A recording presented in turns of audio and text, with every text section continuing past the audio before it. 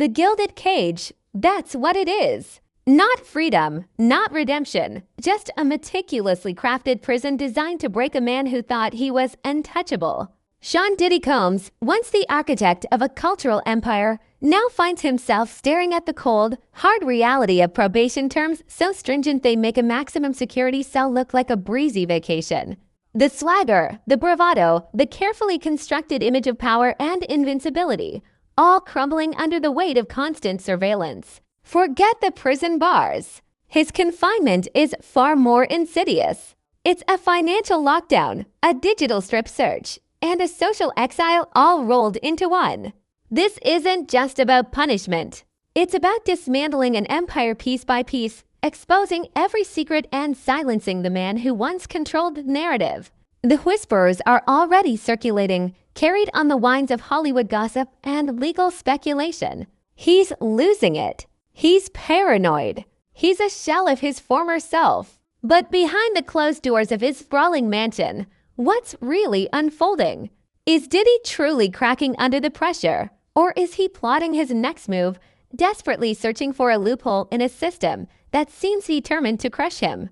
The answer, I suspect, is a bit of both. Because for a man who built his life on control, the utter lack of it must be a living hell. Imagine every dollar you spend, every phone call you make, every email you send scrutinized by government eyes.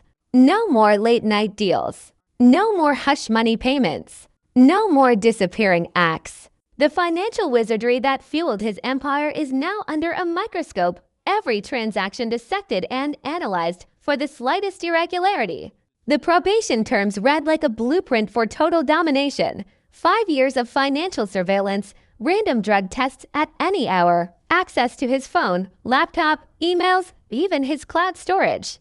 It's a digital colonoscopy, a relentless invasion of privacy that leaves no stone unturned. And then there's the social isolation. No contact with victims, no association with known felons, no mingling with anyone involved in criminal activity. Suddenly, the entourage that once surrounded him, the bodyguards, the party promoters, the fixers, all vanish into the shadows. Even some of his so-called industry friends are now off limits, deemed too risky to associate with. One wrong DM, one private call traced through his phone logs, and he's facing a probation violation.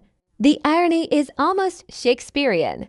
The man who once controlled who others could talk to, who they could see, who they could date, is now living under the same suffocating restrictions. But the real kicker, the thing that's truly keeping Diddy up at night, is the constant threat of random searches. His mansion, his studio, his office, even his car, all subject to inspection at any time, without warning. Imagine living in luxury but knowing that, at any moment, law enforcement could burst through your doors, rummaging through your drawers, combing through your digital history. It's a level of vulnerability that Diddy has never experienced before, a constant reminder that his power and influence mean nothing in the face of the law. He reportedly tried to negotiate around the searches, hoping to at least limit access to personal or family areas, but the court wouldn't budge. The terms are absolute, privacy is a privilege, and he no longer has it. Every inspection creates a new record. Every questionable action, a potential trigger. Item added to his file. One red flag, and he's back in custody. The Gilded Cage is closing in, and Diddy is running out of room to maneuver. But the searches, the financial scrutiny, the social isolation, that's just the opening act. The real psychological warfare is waged within the sterile walls of mandatory rehab and therapy. Substance abuse, anger management, mental evaluation, a trifecta of forced self-reflection that strikes at the very core of Diddy's carefully constructed persona. No hand-picked therapists, no high-end wellness retreats, no public image spin. This time, he's forced to sit down like any other offender and answer real questions under the watchful eye of court-approved professionals. The sessions are monitored. His progress is reported. And any misstep, any sign of resistance, is met with swift and decisive consequences. Random drug tests loom like a Damocles sword, ready to fall at any moment. Miss a session, fail a test, even skip a check-in, and it's back behind bars. It's a constant reminder that his freedom is conditional, that his every action is being judged and evaluated. Those closest to the case say the court specifically added these terms after seeing his history of control and aggression.